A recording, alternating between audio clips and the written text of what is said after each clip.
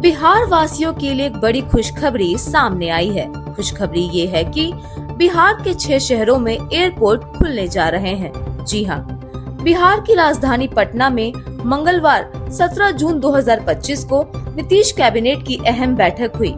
CM Nitish Kumar की अध्यक्षता में कैबिनेट के इस बैठक में कई अहम फैसलों पर मुहर लगी है। पुराना सचिवालय में हुई इस बैठक में मुख्यमंत्री के साथ कैबिनेट के सभी मंत्री उपस्थित थे। बैठक में कुल 20 एजेंडे को मंजूरी दी गई है। इनमें सबसे महत्वपूर्ण निर्णय राज्य में छोटे हवाई अड्डों के निर्माण का है। कैबिनेट ने तय किया है कि मधुबनी, वीरपुर, मुंगेर, वाल्मीकि नगर, मुजफ्फरपुर और सहरसा में छोटे हवाई अड्डों का निर्माण किया जाएगा। यह पहल राज्य में हवाई संपर्क को बेहतर बनाने और क्षेत्रीय विकास को प्रोत्साहित करने के लिए की गई है। इन फैसलों के माध्यम से सरकार का उद्देश्य बुनियादी ढांचे में सुधार और क्षेत्रीय संतुलन सुनिश्चित करना है, जिससे विकास की गति तेज हो सके। 20 अहम प्रस्तावों में शिक्षा विभाग से संबंधित नियमावलियों को मंजूरी दी गई है, जिसके तहत राज्य के माध्यमिक एवं उच्च माध्यमिक विद्यालयों में सूचना अधिकारियों, लाइब्रेरियन, पीआरटी की नियुक्ति की जाएगी। वहीं पटना मेट्रो परियोजना के तहत मेट्रो स्टेशन निर्माण के लिए 10.49 करोड़ में भूमि हस्तांतरण को मंजूरी दी गई है।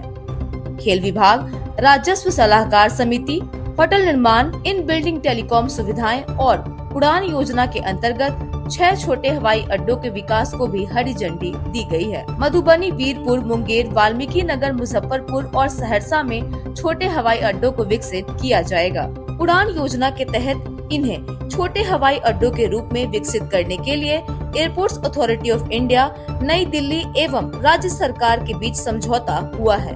कैबिनेट की बैठक में हर हवाई अड्डे के लिए करीब 150 करोड़ रुपए की स्वीकृति दी गई है। साथ ही नवादा में उद्योग विभाग को 70.05 एकड़ भूमि का हस्तांतरण किया गया, ताकि वहां औद्योगिक क्षेत्र विकसित किया जा सके।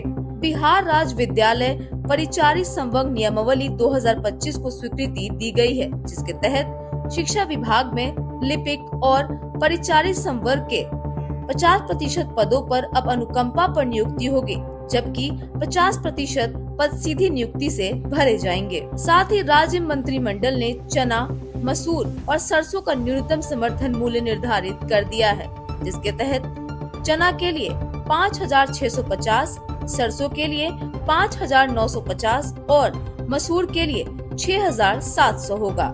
सरकार इन फसलों की खरीद भी करेगी।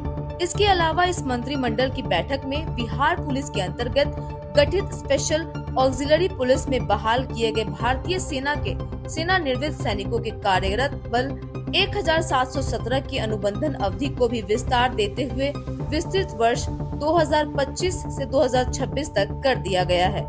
इस बैठक में राज्य खेल एकेडमी और अंतर्राष्ट्रीय क्रिकेट स्टेडियम राजगीर की क्रीड़ा प्रशिक्षक संवर्ग नियमावली 2025 को भी मंजूरी दी गई तथा बैठक में पटना के होटल पाटलिपुत्र अशोक की जमीन पर 5 स्टार होटल बनाने की मंजूरी मिली है।